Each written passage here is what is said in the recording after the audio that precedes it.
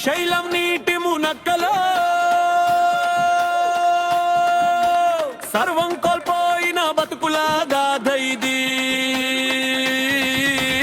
ఇల్లు పోయింది, భూమి పోయింది, ఊరు పోయింది, ఆస్తి పోయింది.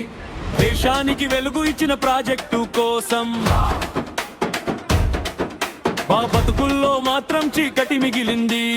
ఉపాధి కోసం, న్యాయం కోసం 145 రోజులుగా సాగుతున్న మా పోరాట గానం.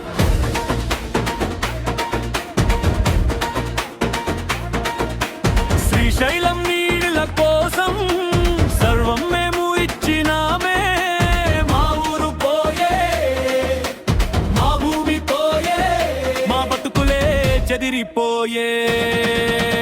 98 జీవో మాట నిలబెట్టాలి, మా బిడ్డలకు ఉద్యోగం ఇవ్వాలి.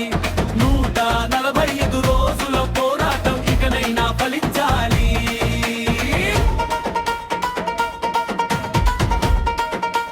ఇకనైనా ఫలించాలి.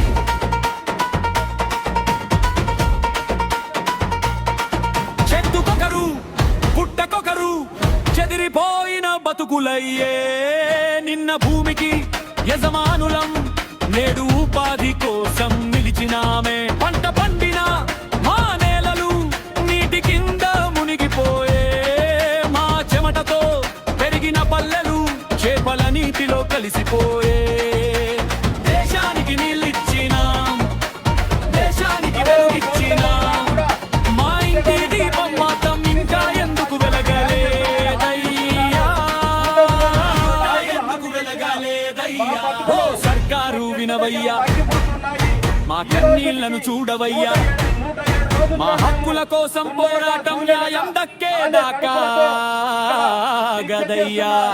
మా గుండెల మంటలు చల్లారవు, మాటల గుండెలపై పడదయ్యా. మా తాళిల పెట్టే రోజు వచ్చేదాకా మా అడుగు వెనకై పడదయ్యా. 98 జీవో మాట నిలబెట్టాలి, మా బిడ్డలకు ఉద్యోగం ఇవ్వాలి. శ్రీశైలం నిర్వాసితుల్లో కన్నీటి గాథ వినాలై.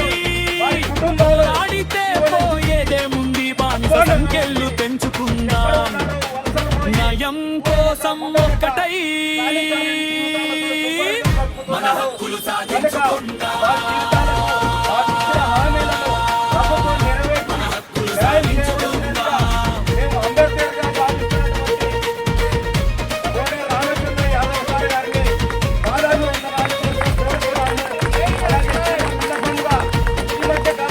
ఎన్టీఆర్ ఇచ్చిన హామీ మా గుండెల్లో మిగిలిందే. కొంతమందికి ఉద్యోగాలొచ్చే, మా ఇంటి గడప ఎందుకు ఖాళీ అయ్యే. తరతరాలుగా ఎదురు చూసే మా పిల్లల కళ్ళలో అసలే. 98 జీవో అమలు కోసం ఎన్ని రోజులు ఈ నిరీక్షణే. రోజులు గడిచే, నెలలు గడిచే, మా కన్నీళ్లు మాత్రం రావాలే. 145 రోజులు దీక్షైనా అధికారుల గుండె కడగదే.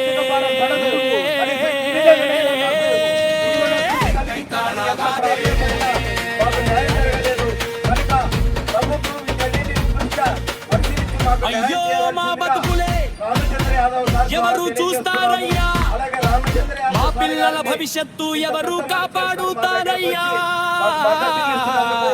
న్యాయం జరిగేదాకా మా పోరాటం ఆగదయ్యా. 98 జీవో అమలు అయ్యేదాకా వెనక్కి పడదయ్యా. ఆ హామీని కూడా పూర్తిగా నెరవేర్చకుండా విడతల వారీగా శ్రీశైలం నీటమునక బాధితులం. 1986లో ఆనాడు ముఖ్యమంత్రిగా ఉన్న 98 జీవో అమలు కావాలి, మా బిడ్డలకు ఉద్యోగాలు రావాలి. 145 రోజుల పోరాటానికి న్యాయం జరగాలి. మా కన్నీళ్లకు విలువ కావాలి, మా త్యాగానికి గుర్తింపు కావాలి. మా పిల్లలకు భవిష్యత్తు కావాలి. కేవలం జీవో అయితే విడుదల చేశారు, ఉత్తర్వులు అయితే విడుదల చేశారు కానీ 40 సంవత్సరాలైన తర్వాత కూడా ఆ జీవోని. ఈ వీడియో నచ్చితే లైక్ చేయండి, సబ్స్క్రైబ్ చేసి కామెంట్ చేసి షేర్ చేయండి. అలాగే మరిన్ని ఆసక్తికరమైన న్యూస్ కోసం మా CBS న్యూస్ ఛానల్ ని చూడండి.